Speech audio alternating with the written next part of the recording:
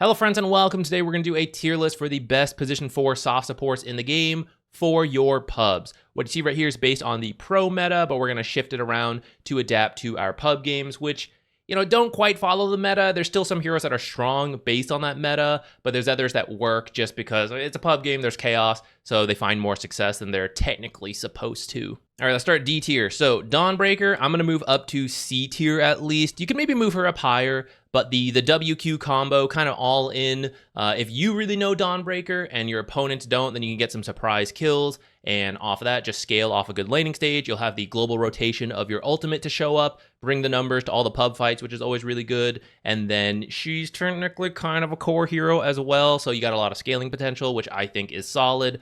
I think as a position 4, she's a little bit slept on. The facet that gives the like mini ultimate healing around your W, I think is pretty decent. I haven't gotten to try it myself, but I've seen a solid win rate for it for the like Dawnbreaker specialists who have been running the support. And then even with or without that, I think just the core concept of the hero is better in pub games than at the pro meta right now. For example, Nyx is really good against her and he's like decently popular.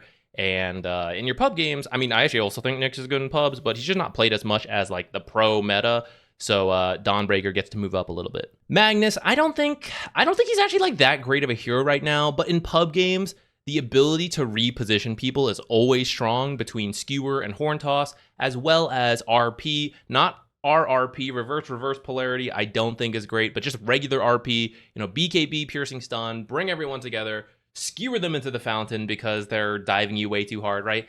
That is a classic way to win pub games. So I have seen Magnus specialists play in position 4, do really well around that. You have to have a good sense for the repositioning. If you don't, then he's just not going to be great. His laning stage isn't as good as other heroes. Just like the stacking's a little hard because you're a melee, right? It's just not the best position 4 if you don't have a really good sense for how to farm up a blink and then get those blink RP skewers or just blink skewers, blink horn toss, all that stuff. I will move him up to at least C tier though. If you spend the time learning it, which I don't think it's that hard to learn for everything I just said, like I think it's like doable if you really want to play Magnus. Invoker, I don't think he's great right now. The innate ability is better for core Invoker because you get experience based on denies, and that's more of a core thing where you sit in the lane farm like pew pew pew, deny stuff because you're building up damage. Support, you're kind of like hitting heroes, roaming around, stuff like that. So you don't really get as much out of the innate ability. And then the facets, there's some cool stuff, but I just don't think they're great. So, for now, D tier.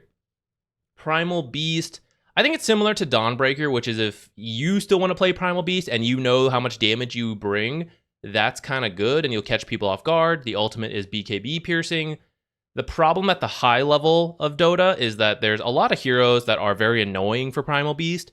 And once you get a BKB, you can kind of deal with it, which is why you sometimes see core Primal Beast still picked, but support Primal Beast takes longer to get to that, and so he just suffers, like battery assaults on top of him. He never gets his ultimate, his trample is hard to use, all that stuff, right? Like, it's just sad. So because of that, he usually sits down here. For your pub games where maybe some of these meta heroes are not as common, you could probably move him up a little bit. I'd say like C tier.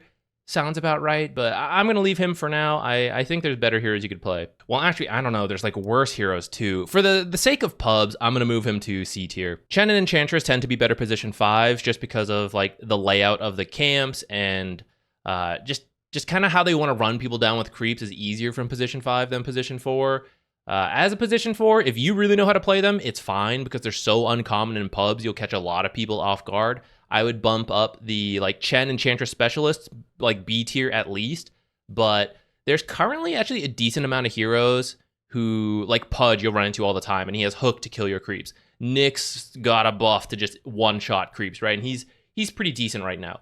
So there's some popular heroes that are just going to make your life a little bit miserable.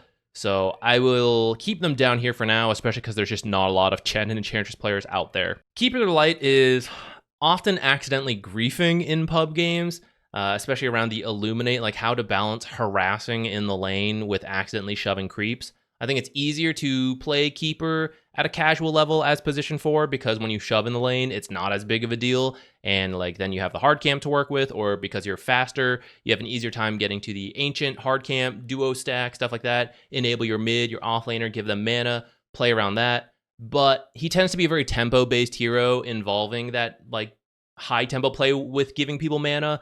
That's often lacking in your pub games. So if we imagine the game just going late, Coddle is great at spamming out waves, dragging the game on, but I think his scaling is just more awkward to use in a pub game, so I'm going to keep him in D tier. Leshrak's a much better mid right now. If you want to play him, I'd probably say he's like a C tier support, especially in pubs where you can kind of get away with it. It's pretty greedy, and maybe the laning stage is not as good as it used to be. Or actually, I kind of take that back. Like, if people don't know to avoid you, like if you take Diabolic Edict and they don't keep their distance, they like chase you in the jungle, you can like solo kill people straight up. So if you know how to play Leshrak, I think like you can still make it work. I haven't really been playing him because there's better supports. But again, we're talking about pubs where there's less game knowledge, less experience playing around these like weird stuff. So if you really want to play Leshrak, I think he's like C tier. Terrorblade, so he's down here. Let's talk through this. D tier in my opinion, but some people have started to experiment with him a little bit again because of the facet that removes the minimum threshold on Sunder. So the way you play it is the laning stage is kind of the same as old Terrorblade, which I say old Terrorblade is still relatively new. You can go see the video on it. The concept is the same there. It's just worse because Reflection got nerfed, but you would do the same stuff. You would get your level 6, and then think of it this way, right? What if I told you you could have an absolute garbage lane, but you could always delete a hero later, an enemy hero, right? It could be any of them, right? That's kind of worth it. And that's what Sunder is. Like, your laning stage is not going to be great. You're probably going to skip boots, maybe get a Windlace, maybe get boots. You're going to go straight Blink Dagger. You're going to take damage from jungle camps, Roshan Tower, just team fighting in general, whatever. Then you're going to blink ult a mid hero, a carry hero, someone farmed, and then you're going to poke them and kill them because they have like 1 HP. It's kind of a thing. And if you want to do it in pubs, right, you're more likely to have success with it. It is a bit of a meme, the old blink armlet Dagon, but I cannot deny that it succeeds more than it should, especially in the chaos of a pub game. So don't totally lose your shit if you see someone pick Terrorblade 4 on your team, but also know you're kind of in for a meme game. For most people, I would keep Terrorblade in the D tier, but the lower you go, I think you probably can move up to like C or B tier, especially because after you finish meming, you can actually just build like regular right-click items and be, you know, another carry. So you could maybe move him up, but I'm going to keep him here.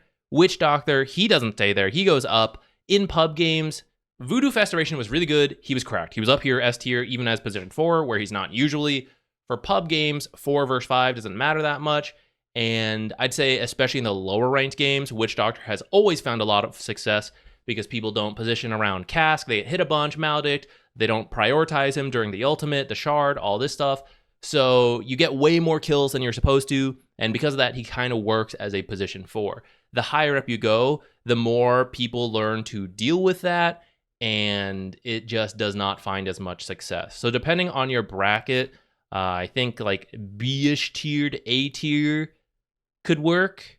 The higher up you go, he starts dropping down again. And like after Voodoo Festration got nerfed, like the pro scene is like not touching him except for like one guy who's like Witch Doctor specialist. So I think B tier sounds about right for pubs. Dark Willow, I think the Thorny Thicket nerf is not the end of the world for her. The bigger issue is Bedlam no longer being able to cast on allies, which really hurt her. The position 5 tier list, which came right before that patch, I had her up here. I still think she's decent, but as a position 4, she's better than position 5 because you are more likely to be able to go blink Yules, something like that, and still get on top of people to use Bedlam, in which case I'd say like A to B tier. She's a hard hero, so her win rate is better at higher brackets, but I mean, you guys will learn. I trust if you're the type of person to watch a tier list, then you probably spend a little bit of time like looking into builds and like a little bit of practice on the heroes. So I think you'd be better off than someone who just like randomly picks Dark Willow and doesn't know what to do and lowers the win rate. So even at lower brackets, I think you can find success with this hero, especially if people are underestimating how much damage she does. But if you ever have to do a different build and you're supposed to be the one in the back, then Bedlam is super hard to use. And for that reason, the pro meta, she dropped a bunch from like S tier to I'd say like C tier, if not lower. But for pub games, I'm going to put her in B tier. Venomancer, I think, can also be B tier. I feel like we're going to end up with a lot of B tier heroes, which I think kind of makes sense for pubs, which is like a lot of heroes are just fine. Venomancer, laning stage, he's a little fragile himself, so you need to know how to position and how to like get free right clicks in. But once you learn to do that, he's great at it because he has the passive free damage over time. You just need to like poke people now and then. You'll slowly win the laning stage. Patient 0, safe or fast to go with. Plague Carrier, pretty good actually. I think it's a little bit slept on, but I think it could also use a buff, and then it'll be even better. But it kind of helps you win certain right-click trades as a position 4, and then because they're stuck on you, you can then like move to a jungle camp, farm pretty fast because it's piercing damage. So kind of a cool concept there. I was playing around with it a little bit, and it felt better than I thought. Scaling-wise, you then just bring a ton of damage, but of course no actual stuns, and you're a slow hero, so you can't roam. But at lower-ranked games, that kind of roaming stuff doesn't matter as much. So I think he works better as a position 4 in those kind of games than at the high levels where you want a lot of like roaming potential from your position 4s. Skywrath I think is an A tier hero in pubs because his long range in the laning stage just makes him pretty consistent, just poke people down. The amateur mistake on Skywrath is using your spells way too much, starting with like tons of clarities and mangoes, only using spells. That's bad Skywrath. Good Skywrath, buy a lot of right click items, just poke through the laning stage, use W to slow, get more right clicks. And then once you whittle people down, you then pop that combo with a slow and run them down with Q spam to get the actual kill. And that way you don't need to buy a bunch of mangoes and clarities. You get a good start to the laning stage, you buy a Atos. You don't always have to buy Atos, but I think for pub games, it's like a pretty good place to go because it gives you a lot of solo kill potential. People aren't as good about buying dispels to deal with it. So you get a bunch of solo kills as a position 4, but of course you can work with your teammates. Like if they have any stuns, they just stun, you drop the ult, you silence people so that they can't use their stuff, and your mid hero, your offlaner gets to run at them, right? I think this hero is pretty good once you learn how to do it because the hero himself is quite fragile in the laning stage, so you got to be a little bit careful. You got to learn how to get through that laning stage, but once you do that, you then just like solo kill people. I guess you got to learn how to identify that as well. But like those two-step plan, then you get really farmed off of that, and the hero scales really well with items. Techie's laning stage got nerfed a lot. It's why he dropped down so much for the pro scene. For pubs, the laning stage matters less, and then you just have to mind spam on the map. Someone runs into it eventually, you just get a free carry kill. It wins you the game because they had no buyback, right? So I think he does go up, especially in lower ranked games where the laning stage doesn't matter as much. Let's put him in B tier for now. I think Spoon Stash is probably the best pub facet because of the games going longer. You get more value out of having your backpack slots be potential item slots. I'm going to put him in B tier. I actually don't see him very much in my games because he's dropped off so much, but like from some of the replays we've done, he still looks pretty decent in pub games. I will say, I think part of the reason his win rate is pretty low in pubs is because way too many people are super passive, just planting a bunch of mines on their own half of the map. I think if you learn, get through the laning stage, and then be pretty active with like the blast off, the mine planting, that is the ideal way to play techies. And then you do scale up, and sometimes you like place a bunch of passive defensive mines like in those kind of games, then fine.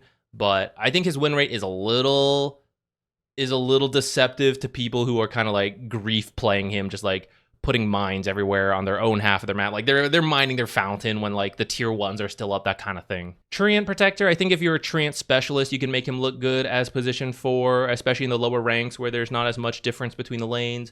But he's like a really slow hero. He only has slows. It's hard for him to double stack. It's hard for him to gank. So if your lane does not go well, then you really struggle. So you need to know how to play the laning stage a lot for position 4 Treant.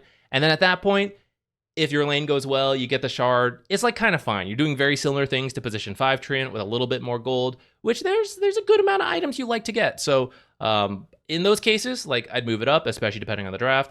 But I'm going to leave him here in C tier because I really think there are better position 4 heroes in the game. Winter Wyvern's a better position 5 right now, but for pubs, it doesn't matter as much, and then people will clump up. You'll always be able to find a good ultimate. Decent scaling on this hero. We're going to have way too many in the B tier. I don't know.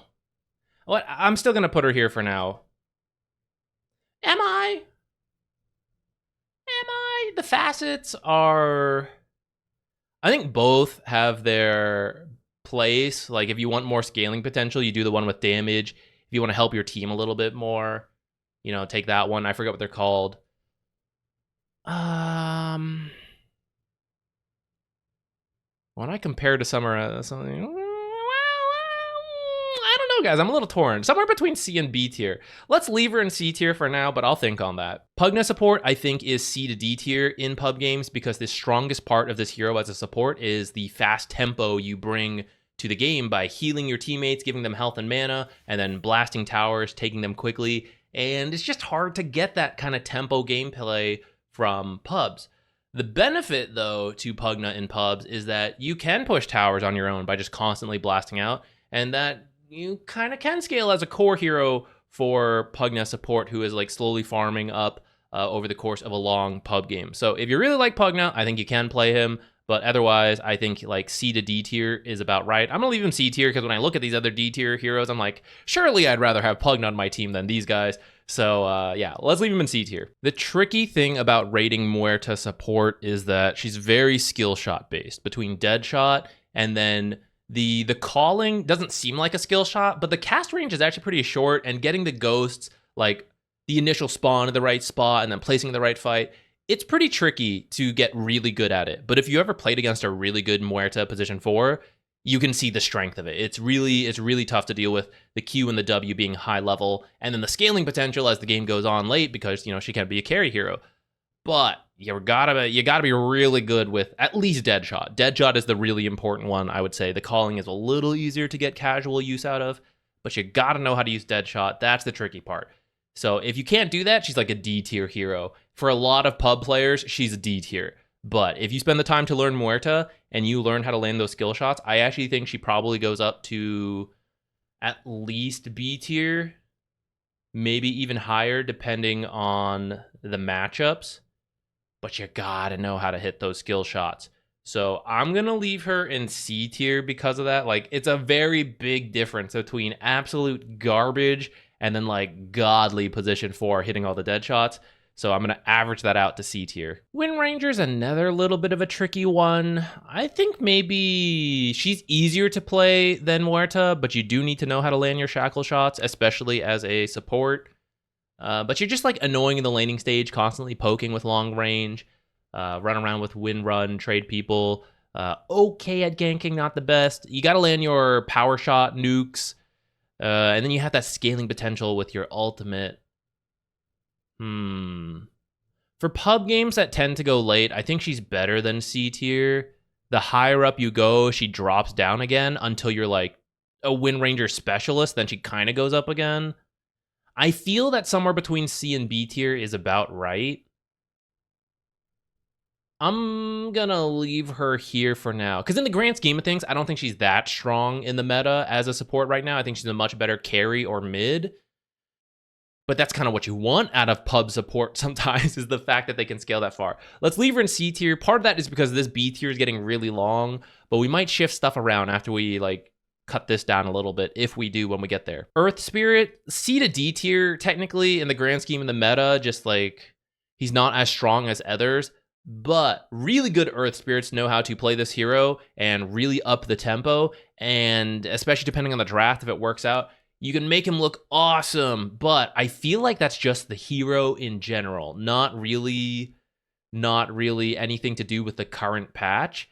It's just like, if you know how to play this hero and no one else knows what this hero does because he's not popular in pubs, then you like pop off, and he does way more damage than a lot of people expect. But he's hard to reach that point. I think maybe C tier is still about right. I think in the grand scheme of the meta, he needs a lot of buffs to compete with some of these other heroes. Bane in C tier sounds about right. He's not that strong. He's not that weak. His win rate's a little bit below 50, but if you know how to play Bane, it's fine. I think there's better position 4s though. But the scaling of Bane, especially getting the Aghanims, is really strong. And you will see a couple pro players play Bane for, especially Entity. They like Bane a lot. If you want some inspiration on Bane, go check out those players. But I don't know. There's like, you can remove people from fights with Nightmare and Ultimate, and a lot of people are bad with dealing with Nightmare, so like in that sense it's good. But your teammates can also be affected by Nightmare, and that's like where Nightmare's bad. So because of that, you know, it's like hit or miss. I'm gonna keep him C tier. Bounty Hunter's a little bit tricky. There's two overarching types of pub games. there is the super passive pub game where no one does anything, and Bounty Hunter is awful in those situations. Then there's the pub game where people cannot stop fighting. They like do not know how to not just immediately TP to a lane and like attack, click, cast every single spell, and it's constantly like a bloodbath. That's where Bounty Hunter excels because of track. So it's up to you guys. Whatever you think your type of game is, then that's where Bounty Hunter falls.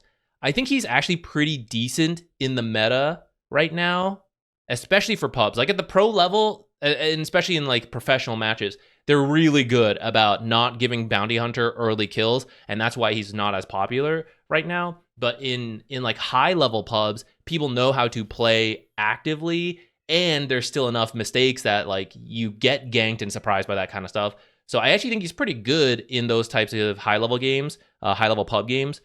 For your lower ranked pubs, again, it goes back to those two tropes I just explained. He's either like A tier, possibly S tier because of how good track is when like it's a nonstop fight, but otherwise B to C tier to D tier. Like honestly, like if it's such a passive farming game, Bounty Hunter feels awful. He can't jungle. He can't do anything on his own. He needs people to go with him to get any value out of track, and he feels horrible in those types of games. So it's up to you, depending on the region you play and all that stuff. I'm going to leave him in C tier because of that. But more fighting, go up. No fighting, go down. You guys get it. Earthshaker will be a little bit more consistent in high-level pubs just because he's a little weird the way he plays the lane. He's a little bit stronger than he used to be, but still not that great, especially against a lot of the meta position 5s. But high-level players know how to do creep dragging, know how to use like fissure blocking, they know how to gank with fissure, and then because Earthshaker spends so much time roaming, he ends up underleveled, but high rank games, they'll give him space to catch up, get that blink dagger, blah, blah, blah. Lower ranked games, you're never going to be given space, but space is probably there just because people are inefficient. The laning stage, you're weakened, people, you probably don't know maybe how to like effectively creep drag and fissure. If you do, your off laner maybe doesn't know how to do it. They die while you're doing that stuff. So that part's off. But people don't punish the fact that you're a weak laner, so you get through it. And they're more likely to clump. You get the blink echo, big combo, right? So I do think C tier probably is about right. This hero is not amazing right now. I think if you really know what you're doing, then like we could move him up to B tier. But I think C tier is fine. Shadow Shaman might be S tier for pubs. He did just get nerfed. Let's hover him in S tier for now, and at the end we'll do a quick run through, maybe shift him down as we compare like the different ranks to themselves. The reason he's so good is because he can do so much on your own, right? In particular, the ultimate to split push, you can actually take objectives. Like every support, every hero can split push to some degree, but for supports, when you actually get to the tower, what do you do? And some of them, like a Nyx, he tickles it, right? And you can't win until you take the Ancient. Shadow Shaman can take objectives. And if you reach Aghanim's Refresher in a pub game because it's going late, that is a win condition on its own. And that is very difficult for most other pub supports to be able to say, like, I can literally win the game on my own. And because of that, Shadow Shaman is a classic pub star for both support roles. For position 4, it's a little bit matchup dependent. There's actually a lot of heroes that are really good for Shadow Shaman right now. That's why I'm saying like in the pubs where that doesn't matter as much, like whatever. But that's why you don't see him in the pro level as much, even though he was cracked with the his innate ability is super good with Cluster Cluck. That just got nerfed.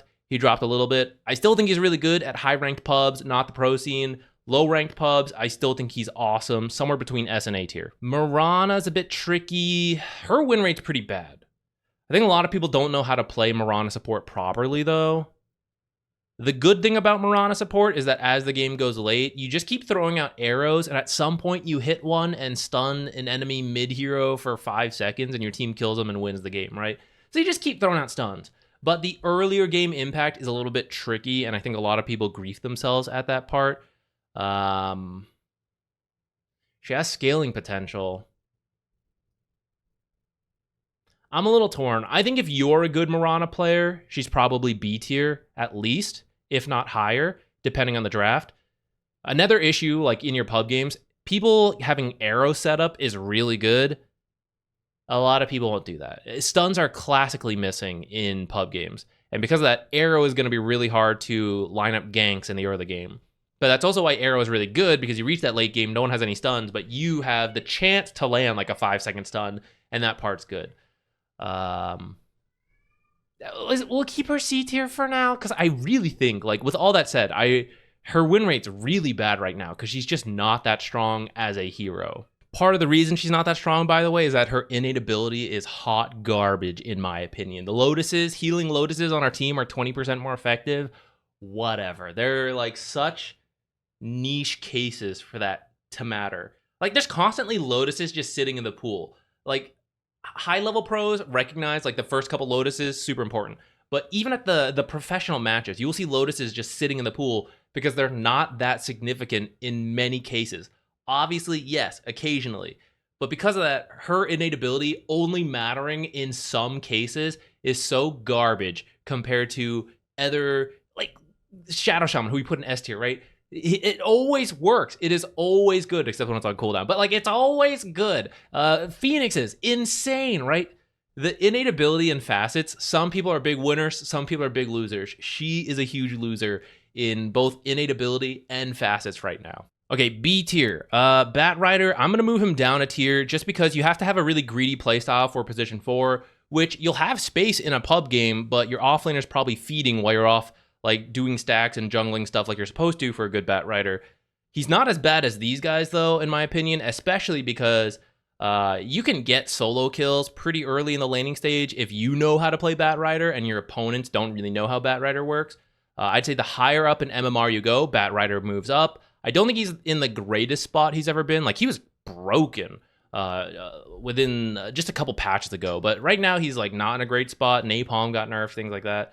So I think you really need to know what you're doing to make Bat Rider work. And the higher in MMR you are, the more likely you know how Bat Rider works. And your team will know how to play with Bat Rider. So he goes up to, like, maybe B to A tier. But for a lot of pub games, I would say C, if not lower. Elder Titan... he's, like, pretty decent right now, especially if you know how to play Elder Titan. What was the joke I made? I think that I said there's like 5 of you, or maybe that was Visage players or whatever. But you know the idea. There's not a lot of ET players out there. And if you are an ET player, I think he's pretty decent right now. I think for most people, just casually picking up ET is going to be a bad idea. Put him in, like, C to D tier. But I actually feel good when I see an ET on my team because it's like, no one plays ET, which means that guy, he knows how to play ET if he's going to pick ET, so he's probably good at the hero. I feel good about that usually when I see it. So, I don't know. I think we leave him in B tier for now. But actually, I don't know. In pub games, okay, here's a big issue with ET in pub games, especially in lower ranked pub games, is that you're going to get a sick stomp. You're going to stomp 5 people and throw the Earth Splitter, and immediately someone's going to walk up and wake up all 5 heroes because they don't know how your sleep works. So that's the hard part about playing ET support. The good part is in pub games, you have some insane scaling with the Astral Spirit and then some of the talents and, like, the right click. You can reach insane damage while having free BKB, right? And that'll catch a lot of people off guard, it's why it goes back to, like, if you know how ET works, a lot of other people don't, which can be to your favor or not. So I'll leave it in B tier for now. Love it or hate it, Pudge is actually pretty decent right now. I know you're saying, like, oh, my pub Pudges just sit in the jungle not doing anything, yet his win rate is above 50. It is frequently below 50, even though he's the most picked hero, just because people are bad at him.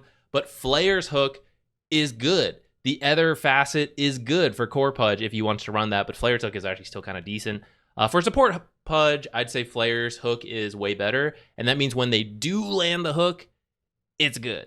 It does mean the short range hooks are worse, but I don't know. His win rate is solid right now. I think he's like a B tier hero.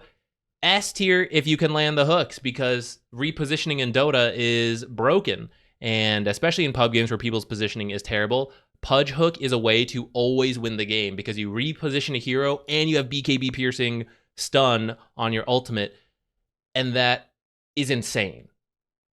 But if you can't land your hook, then you're going to be hot garbage and you're going to go, like, D tier hero. That's your pub experience, right? Pudge is S tier or D tier in a lot of pub games, And I think that's why right in the B tier is perfect. Nyx's mana burn now instantly kills a creep that has mana.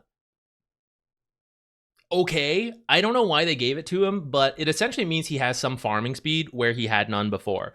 And you can now, like, as you go to roam, maybe you're going to the mid rune, you just pass the enemy hard camp, pop, farm yourself a free creep, secure the rune with your stun, walk back to your lane, stuff like that, right? So your farming potential's a lot better, and in pub games, you hit your ultimate, and you're an invis assassin hero. How is that not good in a pub game, right? At some point, you will find the poor support, delete them. You'll get your Dagon. You'll move on to core heroes. Like, that's the crazy part of Nyx. You can reach the point where you can solo core heroes. Your laning stage is kind of bad, though, so you need to know how to navigate that, especially at higher ranked games where the laning stage matters more. At lower ranked games, you can kind of get away with it.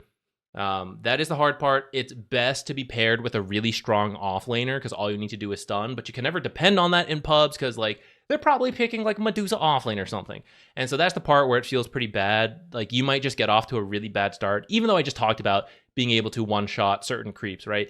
Still, you need something from the lane to, like, really get going. And if you fall too far behind, then you can't really get kills with your ultimate. And Nyx at a high level scouts people out with the ultimate and then, like, plays happen. At low ranked games, not going to happen as much, so it's going to be harder, but you can probably just roam 2 lanes where, like, oh, you're supposed to follow me to the jungle. It's like, no, I don't want to leave my lane. It's like, fine, I will go to the lane to you and we will kill that hero. So as long as you can do that and then eventually, like, farm up stuff, you do reach this, like, solo killing invis hero potential, which is always good in pub games. I think I want to move him to A tier, but it's tricky just because I think he is a weak lane. And one of the easiest ways to play pubs is just to be a really strong laner, get a lead, and keep the lead. I'm going to put him in A tier for now, but I'm going to think on that. Tusk is not the greatest hero right now. I think his facets could use a little bit of work.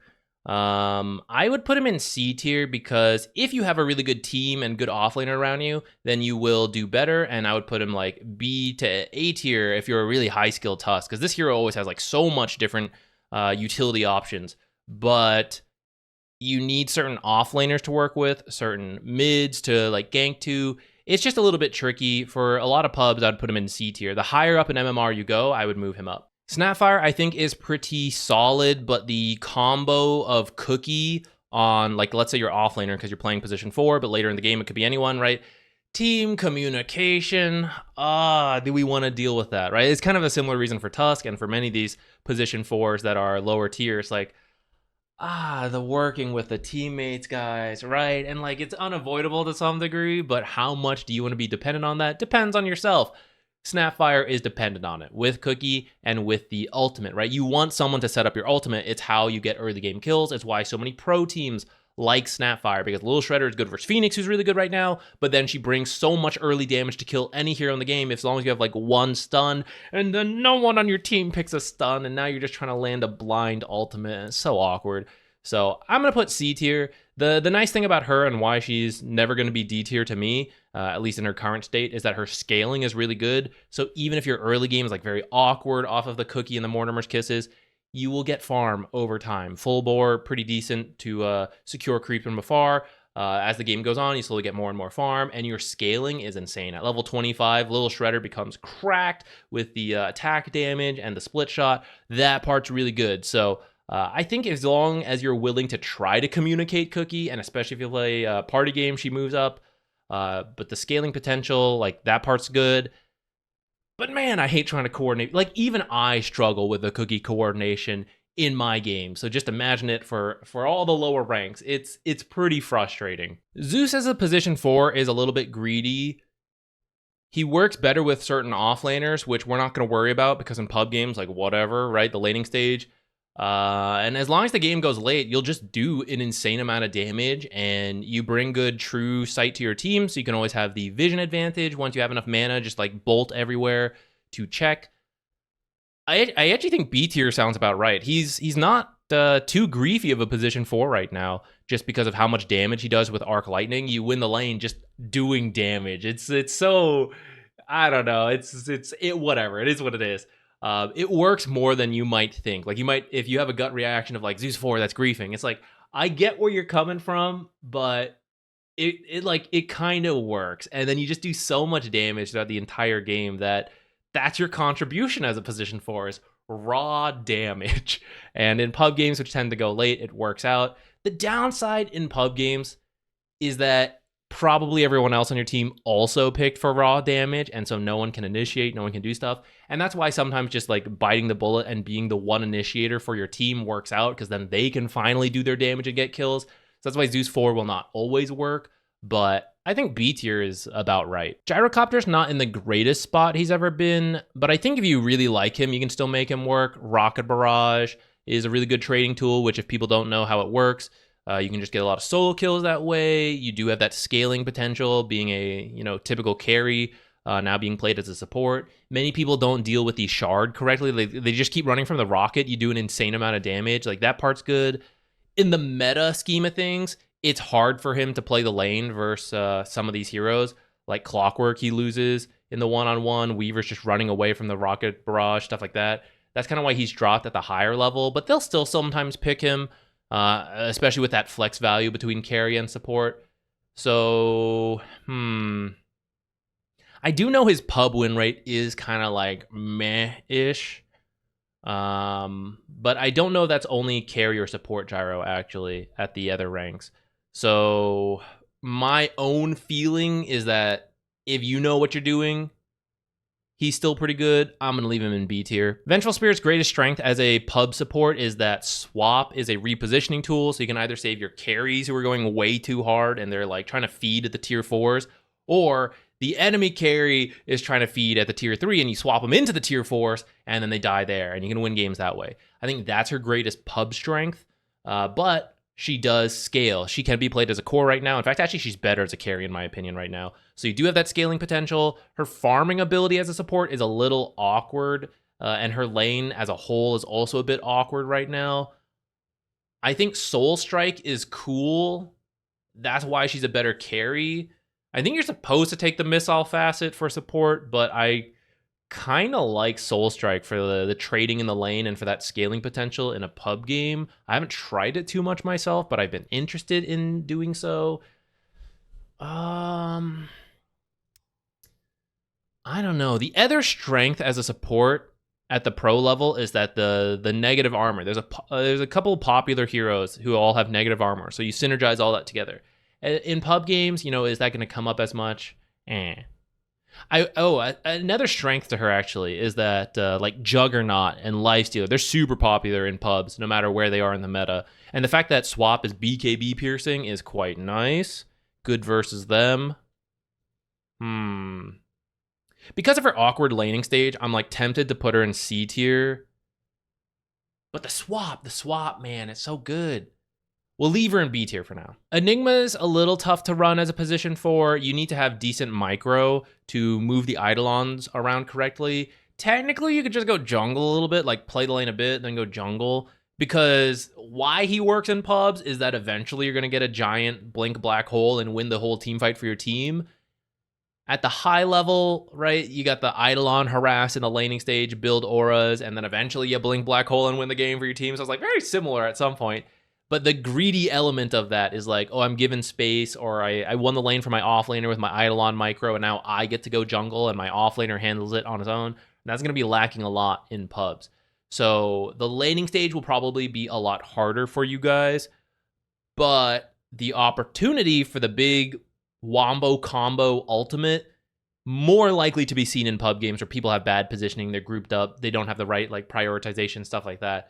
So I don't know. I think I'm going to move him down a tier just because of the trickiness of the Eidolon micro and the tilt factor of your teammates seeing an Enigma support. But I don't know. Maybe he is B tier at least. Tricky. I mean, his innate ability and his facets are really good.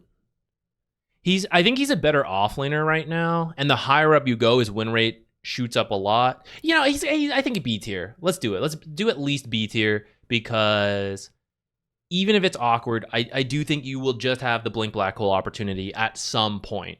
I think I want to move Marcy down a tier because You can have a strong lane and then scale from there, and anything it works, but a lot of that is dependent on your laning stage because your recovery off a bad lane is pretty bad in my opinion. And if you don't have the right offlaner to work with, then you're going to find your laning stage very awkward. And in a pub game, decent chance of that. Now, the good thing is that you do have dispose, which is it's a shorter reposition, but it's a reposition in the lane, and you can catch a lot of people off guard with the rebound reposition off of disposition. I think I'm still going to move her down to C tier just because of that trickiness. But as the game goes on, you do scale up, get a bunch of solo kill potential. So as long as you're willing to communicate a little bit in the laning stage to work around your combo, I think you can reach that scaling potential. And then the fact that Marcy support can threaten cores on her own if she has like a decent amount of farm.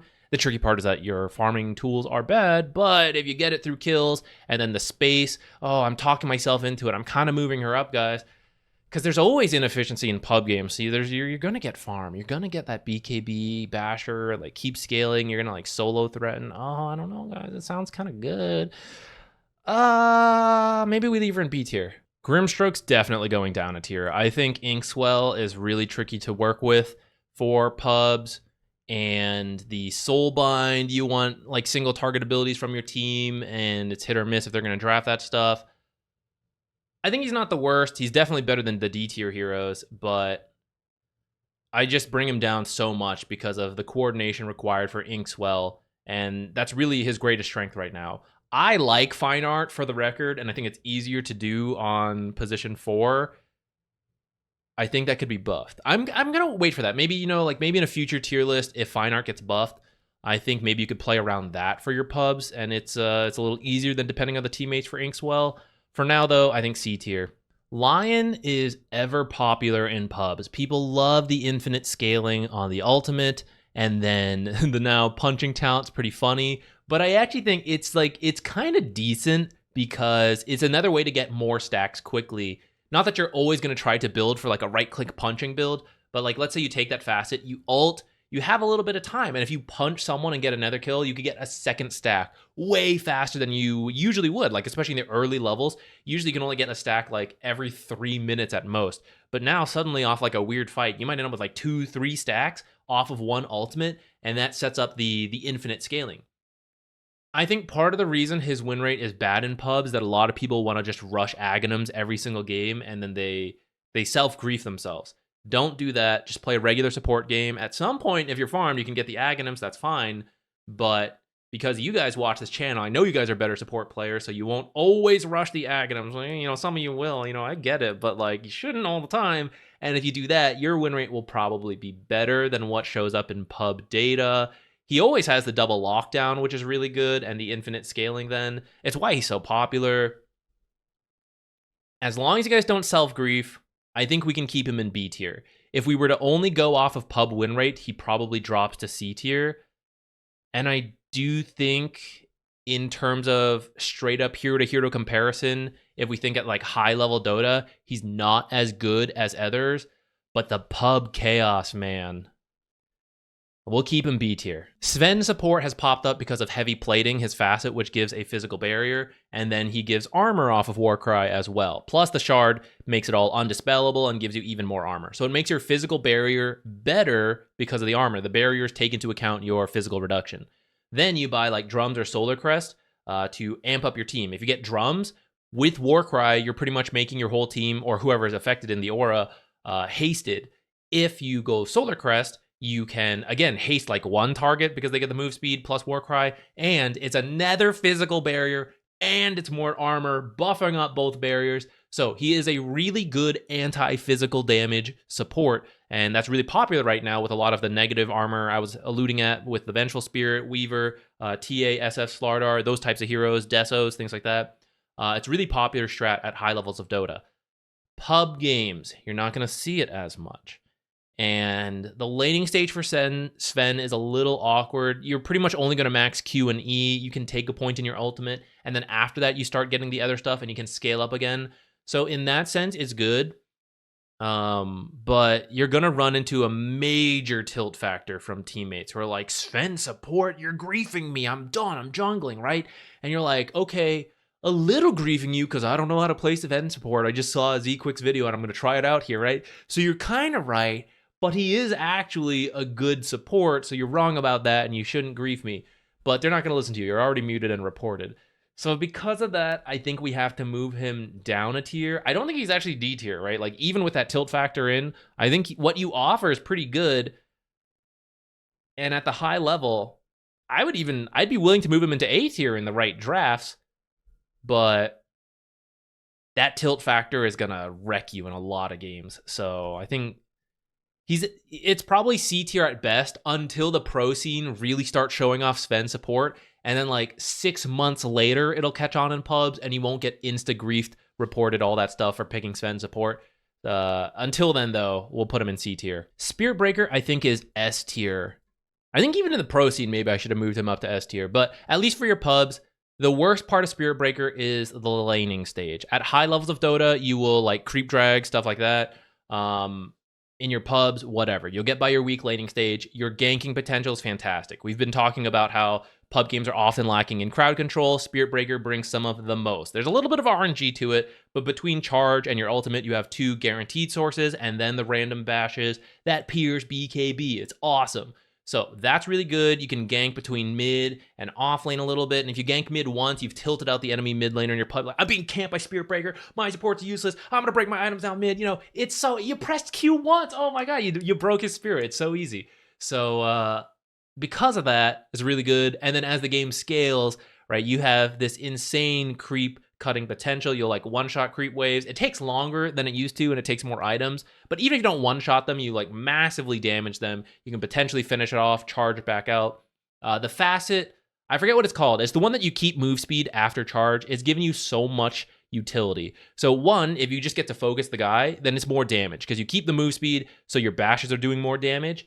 But if you're just trying to like charge in a team fight, save a teammate, or you're trying to cut creep waves, right? You charge in, the charge ends, and then you run away at like max move speed plus. And it's really difficult for a lot of people to get to you, especially because Shadow Blade has become the main item to build first again on Spirit Breaker. So like you saw him charge in, you know he's here, you run up and you dust, he's gone already. He's gone because he already ran away invis and you didn't know which direction he went. So it's really good in pub games. I would put him S tier. Weaver for support, you're going to have to deal with some tilt factor again.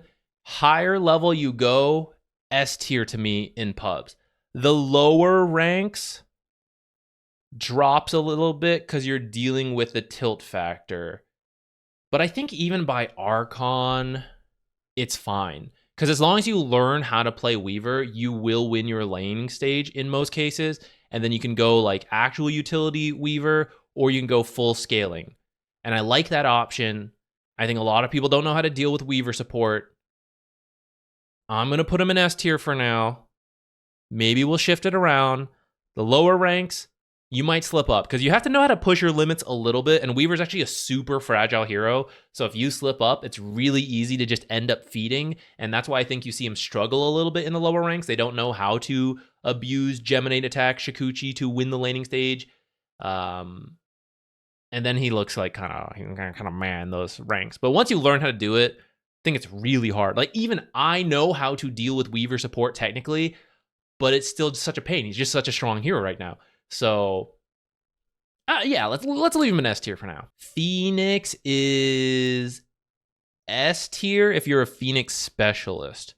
For the average Dota player, Phoenix is somewhere A to B tier. Fire Spirits, super good. The attack's low, the damage, incredible. It helps you win all the trades. People are going the Dying Light facet now. It was hotspot for a little bit. I can't remember if it got nerfed or people just realized Dying Light was better.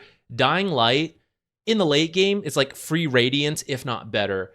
In the early game, it's like 10 to 20 DPS as you start trading with the enemy support, which doesn't sound like a bunch, but it's the early game, so fights kind of go for a little while, and it gets you like an extra 100 damage or more that you didn't have before.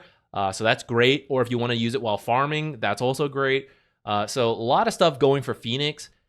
The awkward part in pubs is that you do want some people to help you set up eggs, stuff like that. The benefit is the enemy doesn't know how to focus it. They don't appreciate the Fire Spirit's attack slow.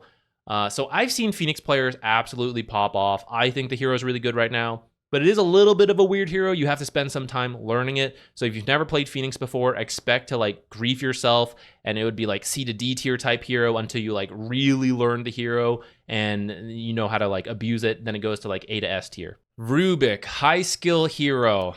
There's tons of really good spells to steal right now. So he's really good at high rank games, but stealing the right spell, how to abuse it, how to swap spells in the team fight, how to position yourself, that part is tricky in pub games. The lower in MMR you go, the worse Rubik typically performs.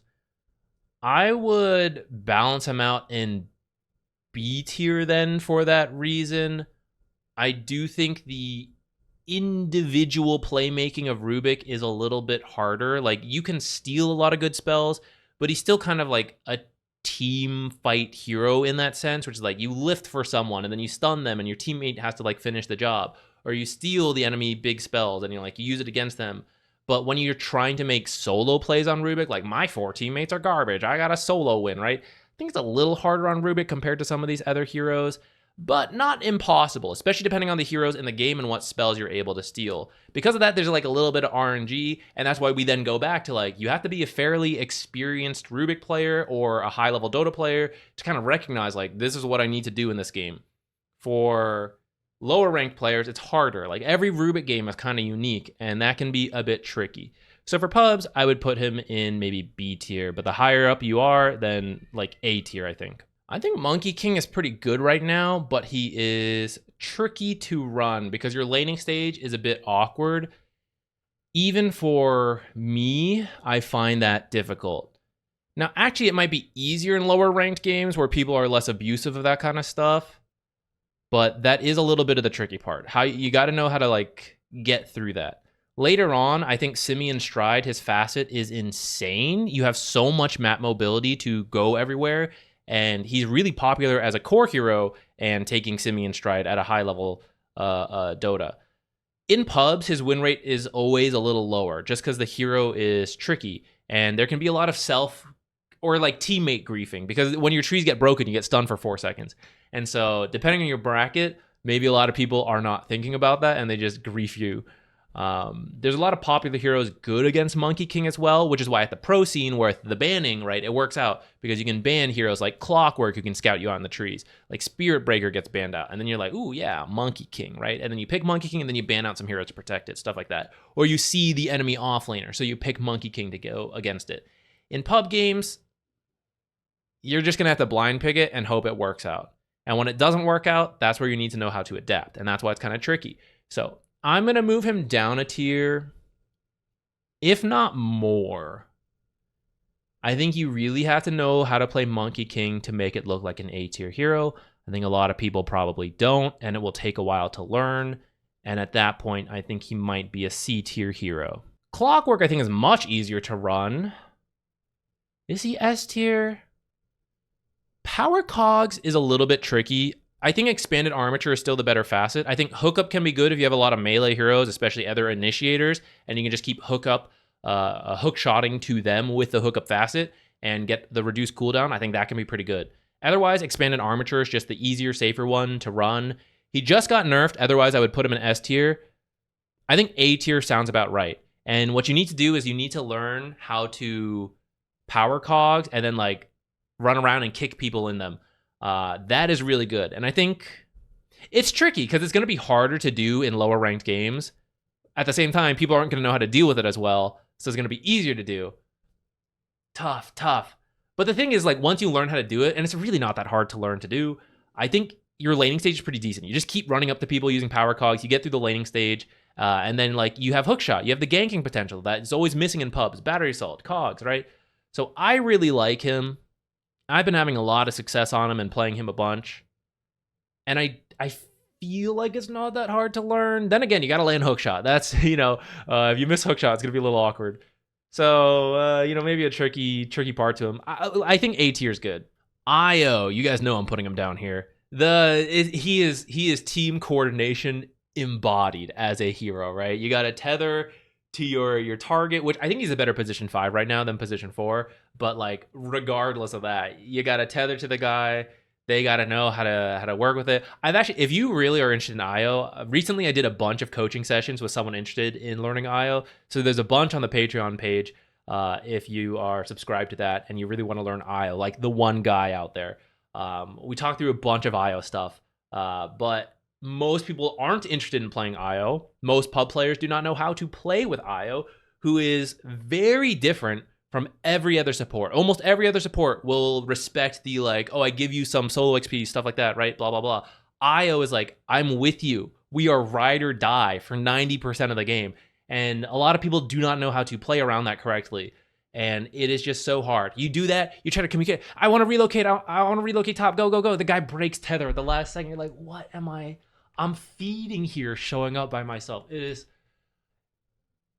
It's frustrating, guys. I say this as someone who's usually pretty calm. Like when I try to play IO, it is so frustrating. At least in NA where people aren't talking. Maybe it's easier in other regions where there's more communication. But like I'm talking, I'm like, please go. I'll tether. I want to relocate. Can we relocate that gang? Guys, go stun that guy. I'll relocate us in. No one does it. And then what? Like you don't do things on your own. I say IO actually scales insanely well, but you have to get like all the way to level 25. Like the early scaling, like level 20 is like, it's whatever. You're still playing IO the regular way. It's at level 25 when you get that like shared attack stuff, and then you're universal. You build like some damage items. That's crazy. But that's 25. That's really far down the line. Let's see, Shadow Demon. I think he's pretty decent right now, but he's more of a response to other meta heroes, and he's high skill ceiling with disruption. I think if you learn Shadow Demon, and if you play in like Archon or higher, you could keep him in A tier. You can catch a lot of people off guard with Shadow Poison and the ultimate, stuff like that.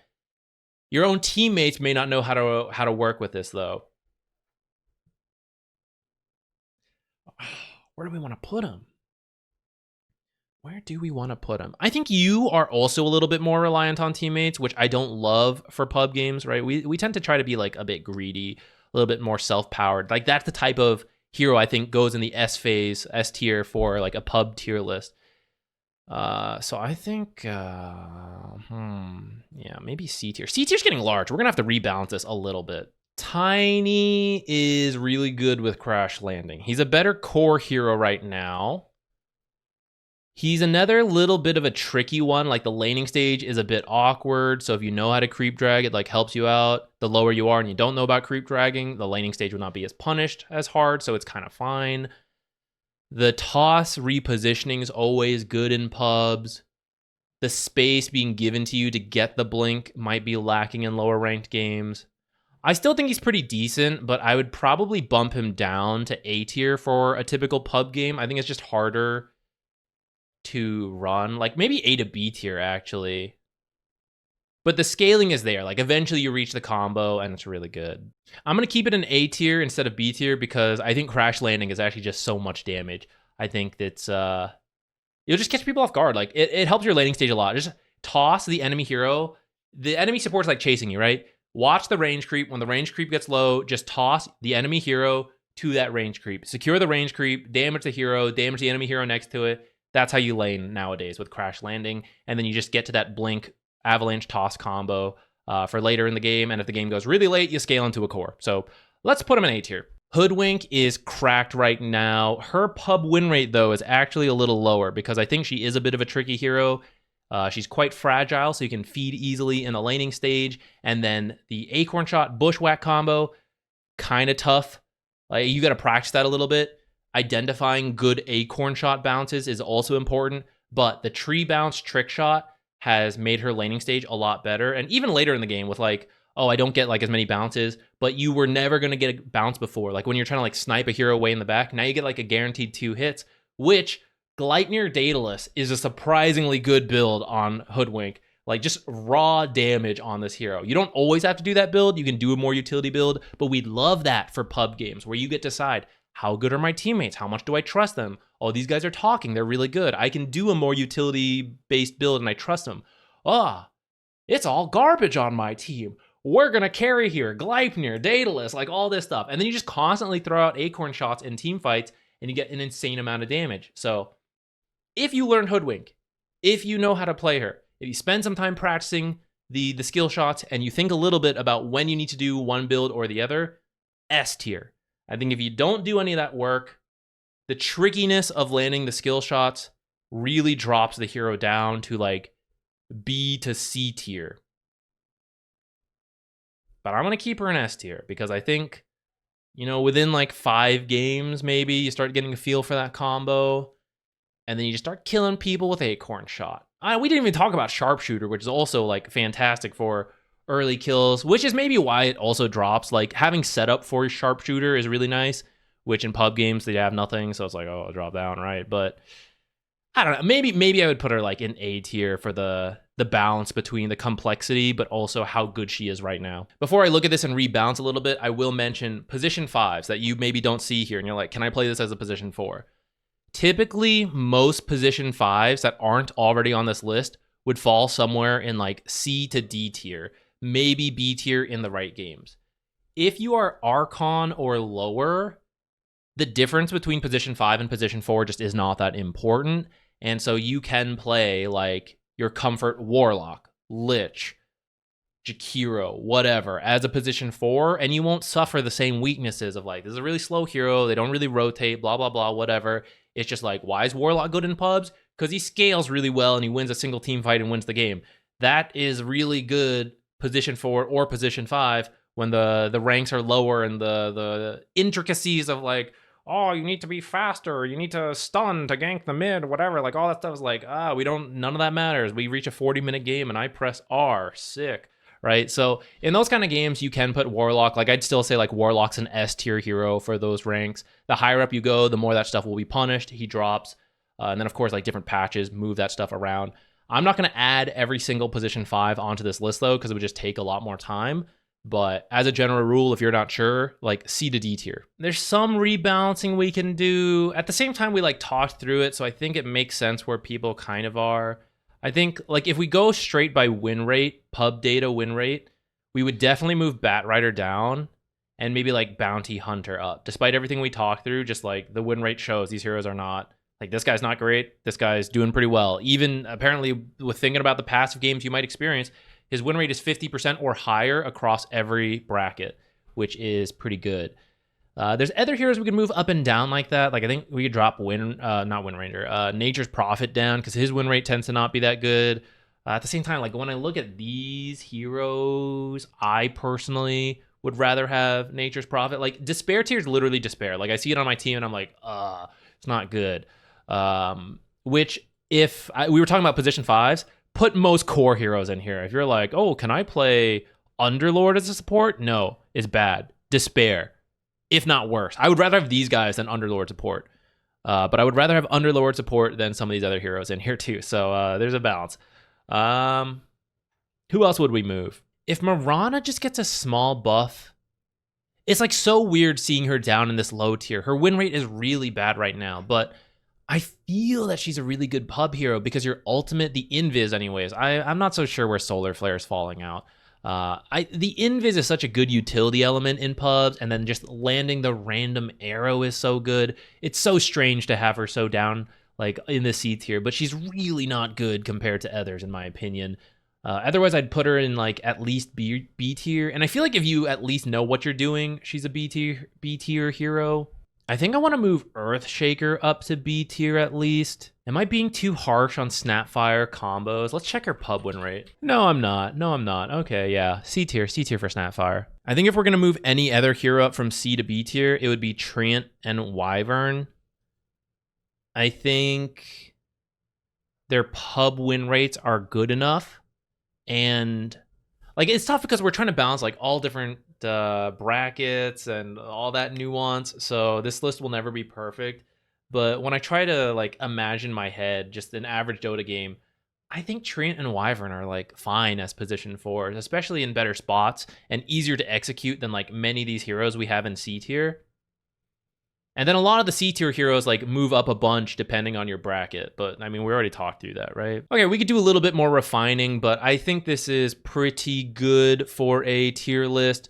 Feel free to leave a comment. Let me know if you think I'm horribly wrong about some hero, or we forgot someone. Looks like 74 heroes I didn't mention. Maybe I just happened to slip over one. But this, I think, is pretty good. S and A tier heroes, all really solid in pubs right now. I'd give a special shout out to Weaver. He's not always in the meta, so if you haven't played him, I highly recommend you give him a shot before he drops out. But otherwise, I think that's it. Thank you for watching. I'll see you guys in another video. Bye.